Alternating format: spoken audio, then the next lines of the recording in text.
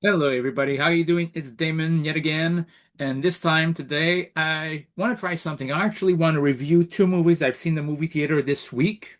I'm doing two videos, like shout out to Jeremy Johns. But I want to do a review of two movies I've seen this week, two kind of slash horror movies, and two of them which I had a different opinion on. The first one I seen in pre-premiere was Scary Movie 6. I thought I was gonna enjoy this movie. I needed to laugh. And spoiler alert, all I got was chuckles. You know, I'm a real big fan of Scary Movie 1. I think Scary Movie 1 is one of the most funniest parodies there are. No, it's not the most clever. I mean, Naked Gun, Airplane 1, Mel Brooks Robin Hood Men in Tights, Hot Shot Part 1 and 2, uh, Blazing Saddles. Those are funnier.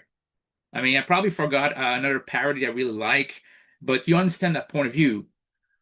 At the same time, is it of Andy Friedberg, whatever, like the Jason Friedberg and something something from like Date Movie, Epic Movie, Disaster Movie, Meet the Spartan? No, it's nowhere near as bad. And I didn't watch Scary Movie 5, but a good friend of mine told me you're not missing anything.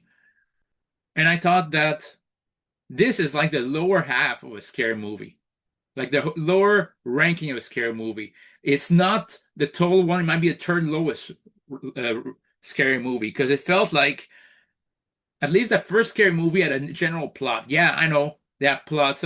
Scary spoof movies have plots, but at least it was like okay, plots that some reference that made sense. You know, that made sense uh, in function the rest of the story. I mean, the first scary movie makes reference to Scream One. I know what you did last summer and stuff like that. With the final twist being something very clever for a parody movie, using the usual suspect as the final twist at the end, and there were also allusion at Final Destination. And I thought that was very good. I felt like the first scary movie is still very funny today. Scary Movie 2, I first watched it at a bad time in my life. Stressful condi I was very stressed during that first part. So that first time I saw it, I didn't enjoy that much. Second time I enjoyed it a bit more, but I felt like first one is better. Third or fourth one, I'll just say it. Leslie Nielsen, Anna Faris, and Regina Hall made the difference. It made a huge difference in, to me, the quality of the movie. Take them away, and it's like I wouldn't enjoy the movie as much. But they were there, so I did enjoy it. So now, Scary, Scary Movie 6, or Scary Movie as they try to do like Scream 5, I thought it was fun in the way that they would parody reboots or prequel or rebootquel as they call them. And I thought that could have been clever. It could have been. It wasn't. And felt like sometimes I felt like they didn't understand their own movies. I felt like the Wayans brothers didn't understand the first movies. Like there's some meta jokes that were fun. I mean, like the background jokes at the roller coaster in the beginning was hilarious. And there's a cameo from another Wayans movie in this that's also funny. But what I don't like is some jokes are just like, see, remember that movie? It made me think, did the Writer's Date movie and Epic movie return for those jokes? Weren't you supposed to throw those jokes out? Because it felt like it. And it felt like you either they rehired them or, hey, let's have them a little bit. Let's give him you know, let's give them a break. Let's have them have a joke there so it can actually be listed as a part of the credits. And that stuff sucks. Uh, Marlon Wayans always gives it his all. And I never thought this, but I felt like in this movie, even from his own character, the first two scary movie, I didn't feel like it was annoying. In this case, it felt a bit annoying. Now, it could be because, oh, maybe you've grown up, you don't enjoy it as much, Damon, or maybe just maybe it's like it felt like too hard to go back to that point of view. Like there's some funny moments with Shorty that's good. I thought Ray was funnier. And even then they took that one joke that was hilarious in the first one and let's make rather than make it basically like make it more subtle, let's just beat it over the head. Let's beat it like a dead horse. And it didn't become funny. Then you have Regina Hall, who feel is the MVP of the scary movie. And this time they were making some moth jokes. I really liked that movie Moth back in 2019, and I felt like it was a movie that or a movie that people should have seen more of. But Regina Hall just had the haircuts. Like, see, look how she's dressed. And they did nothing with this. They didn't have her act like Olivia Spencer. And even Anna Faris, dressed as Jamie Lee Curtis, again, did nothing of this. So yeah, already there, disappointing. There was no Kurt Fuller, which I would have liked. Doofy's back, but the explanation of why he's going there could have been funny. It could have basically been something hilarious, like, hey, he tried to get away. Tried to get away in the first one, but actually, this time around, got into an accident, and that would explain why you didn't see him for the whole scary movie franchise. Terry's back, but in the end, it's just like a callback to the first one. Then you have a person called Tuesday, but you think, okay, it's going to be parody of Jenna Ortega's Wednesday, but no, it's just a name. They don't ever act like Wednesday. Or basically, you could have basically done so many things with this. You could basically have Wednesday acting all dark and this, and basically you sure, I'm listening to my dark music, and you listen to it. It's like, I don't know, Ashley Simpson songs. You could have easily done that. That would actually have been kind of funny, but you did nothing with this. Lachlan Monroe comes back, and I felt like his character, hey, being police sheriff, actually makes sense in that kind of continuity. But hey, again, you could have made something funny out of that. You didn't, you underused them. Like, there's so many instances of this I felt like could have been funny, could have been hilarious, but it wasn't. It's a movie that, like, I thought in my mind, like, I left out a movie theater, given, spoiler, I gave it like 6 out of 10 in my mind. And the more I think about it, it's like, man, I'm not gonna say it's a sucky movie, but it's a movie that missed the mark. And worst of all, it doesn't know what it had. It could have been so much more. You know? I think the best bits of the movie was just recreating the first one. Like the first one, when Brenda basically gets her demise in the first in the movie theater, you get something similar in this movie. And again, I thought it was funny, but I felt like I've seen it better done. Or sorry, I've seen it done better. Uh, what else? The reveal is, I'll tell you this, at least the Scream reveal at the end, this Ghostface reveal is much better, is much better than Scream 7. And I can't believe, like basically, FY, I can't believe we are in a year where both the Scream movie and the Scary movie, the newest installments of both, are incredibly disappointing. Like at least in 1000, you could say, well, there were Scary movies were better than Scream 3, and now it's like none. If anything, it makes me feel like maybe we need more other different type of movies. Again, I'm not trying to say that the movie's bad, and I want a seventh one because there's potential in this. I mean, the appearance of a Williams character in that movie made me laugh. The ending, pretty clever and meta. And also, it felt like a shot at every movie that wants to have a new generation of characters for a sequel and try to forgo the originals. That felt clever.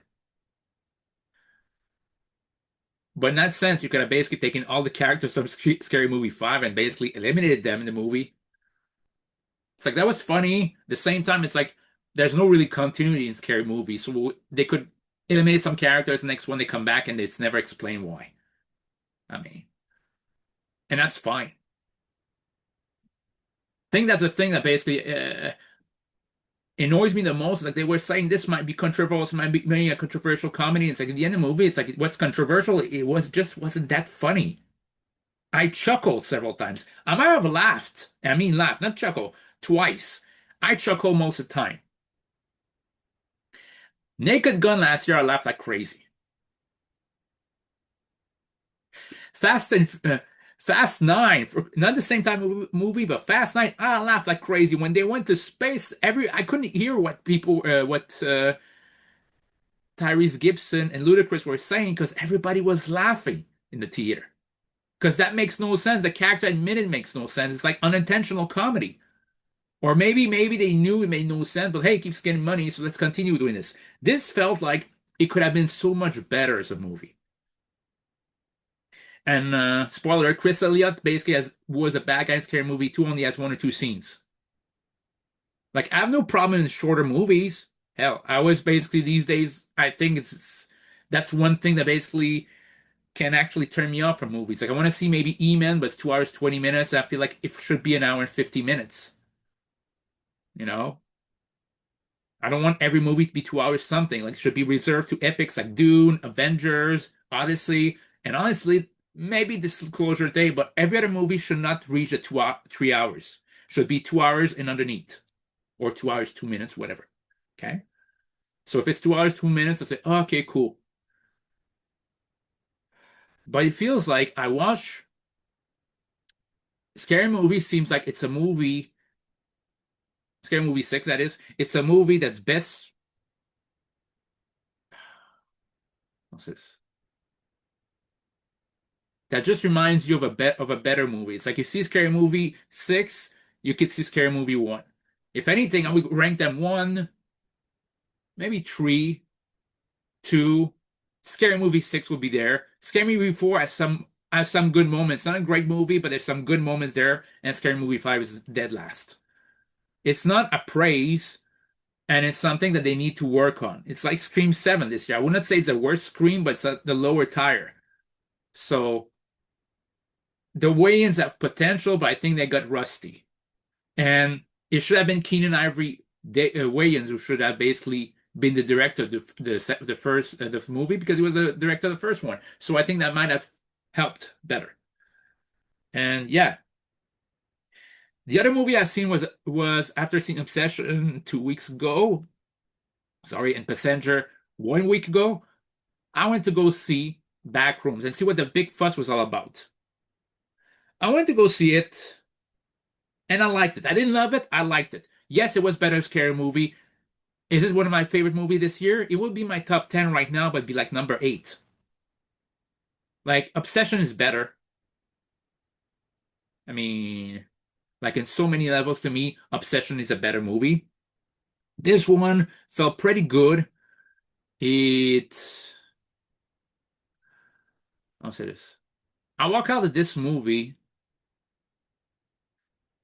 feeling like, hey, it was rewarding. It was kind of a rewarding movie, but I don't have the desire to rewatch like basically YouTube video Backrooms. I felt there's long moments of time where it's like you could have shaved off 10 minutes of the movie, and